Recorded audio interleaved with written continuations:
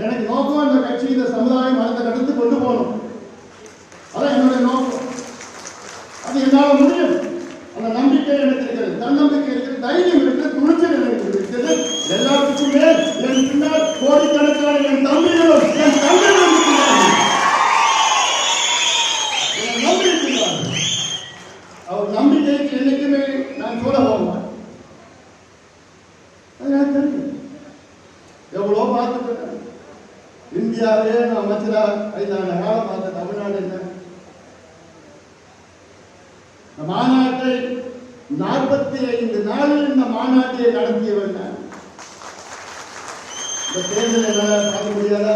இந்த கட்சியை வழிநடத்த முடியாதா? அடுத்த கட்டத்தை கொண்டு போக முடியாதா? தமிழ்நாட்டுக்கு ஆட்சிக்கு வர முடியாதா? உறுதியா முடியும்.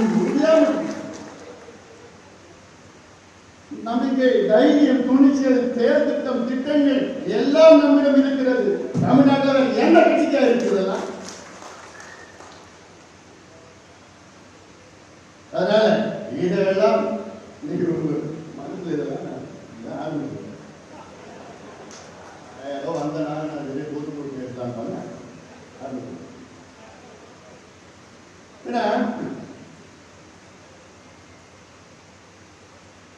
அமைதியா இருப்பது என்னுடைய பலம், என்னுடைய பலவீனம், என்னுடைய பலம்.